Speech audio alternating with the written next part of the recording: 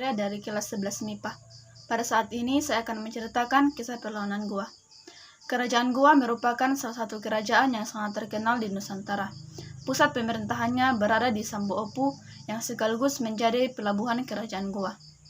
Sambuopu senantiasa terbuka untuk siapa saja masyarakat Goa ingin hidup merdeka dan bersahabat kepada siapa saja tanpa hak istimewa.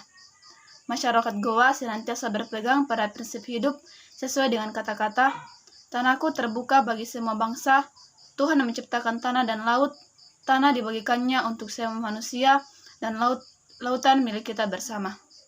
Dengan prinsip terbuka dan kebersamaan itu, maka Goa cepat berkembang. Dengan melihat peran dan posisi Makassar atau kerajaan Goa yang strategis, VOC berusaha keras untuk mengendalikan Goa.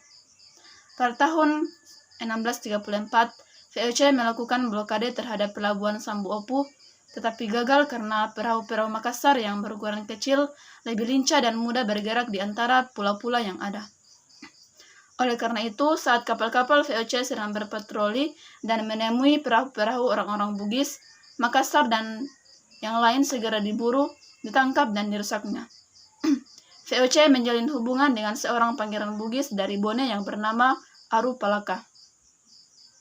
Raja Goa Sultan Hasanuddin ingin segera menghentikan tindakan VOC yang anarkis dan provokasi itu.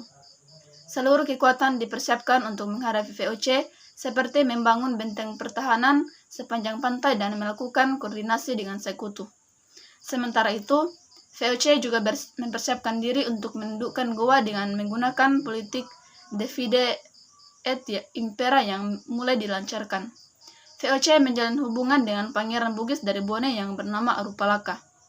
Tanggal 7 Juli 1667, meletus perang Goa.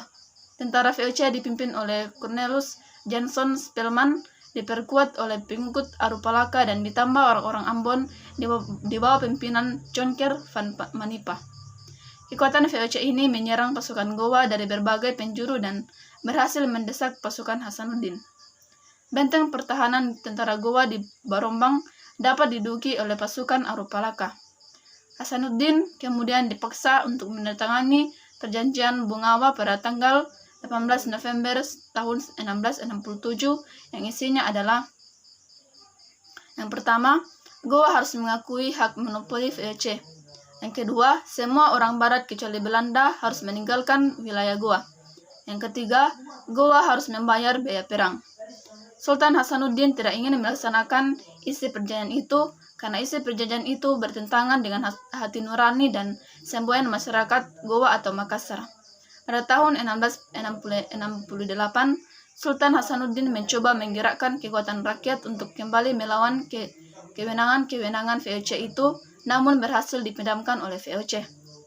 Bahkan benteng pertahanan rakyat Goa jatuh dan dikuasai oleh VOC. Benteng itu kemudian oleh Spelman diberi nama Benteng Rotterdam.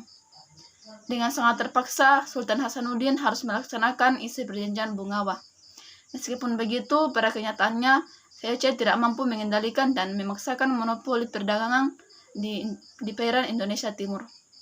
Heather Sutherland menjelaskan kegagalan VOC mengendalikan perairan Indonesia Timur yang dilakukan oleh orang-orang Bugis Makassar itu karena beberapa alasan, yaitu yang pertama, ketidakmungkinan membatasi perdagangan yang didukung dengan motif mencari untung dipadu dengan kondisi geografis yang sulit terpantau sehingga mudah untuk melakukan penyelundupan dagang.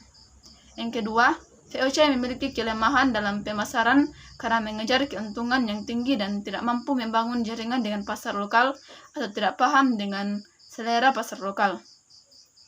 Yang ketiga, keterlibatan VOC dalam membeli produk-produk lokal sangat kecil termasuk produk-produk laut, sementara para pedagang Cina sangat menghargai produk lokal dan produk-produk laut ini. Akhirnya VOC tidak mampu bersaing dengan pedagang Cina dan pribumi. Sekian dari saya ucapkan terima kasih.